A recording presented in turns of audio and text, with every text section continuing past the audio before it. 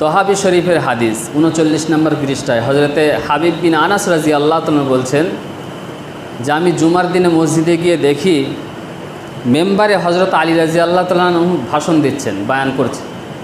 কুনতু রজুলান মাজ্জাআন, কি ভাষণ দিচ্ছেন? কুনতু রজুলান মাজ্জাআন, আমি এমন একটা পুরুষ যে আমার অধিকাংশ সময় মজি আসত। বলছে আমি এমন একটা পুরুষ যে আমার অধিকাংশ সময় মজি আসতো। মজি কী জিনিস এইটা না বুঝলে তো বুঝতে পারবেন না যে বায়ানটা কিসের ওপরে চলছে।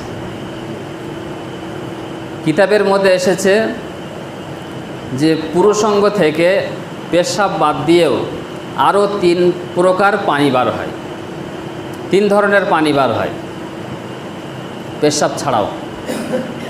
1 নম্বর হচ্ছে ওদি, 2 নম্বর হচ্ছে মজি, আর 3 নম্বর হচ্ছে মনি।